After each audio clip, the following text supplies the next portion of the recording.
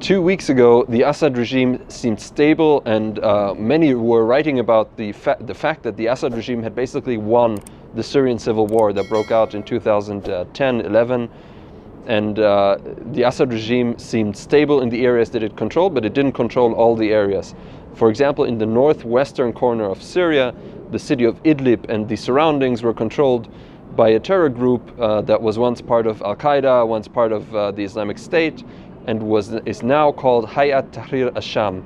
This is the group that's called HTS in English and is led by Abu Muhammad al-Julani.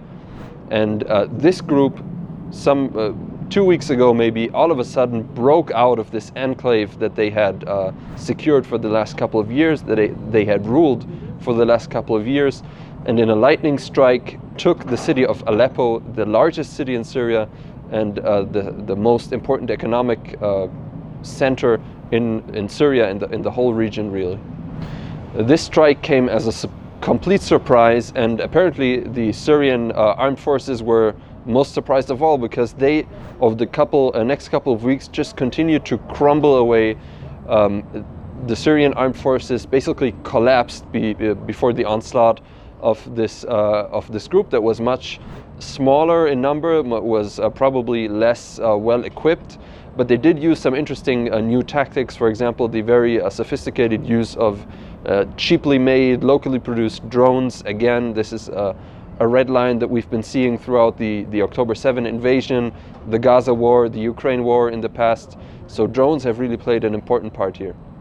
So after the fall of Aleppo, as I said, the army really started to crumble. There was some fighting in the beginning, but basically what happened is that a large rebel alliance led by HTS just continued advancing south, taking city after city, Hama, Homs, and even before they reached Damascus, in parallel, another kind of rebel alliance really rose up and just snatched the whole of southern Syria.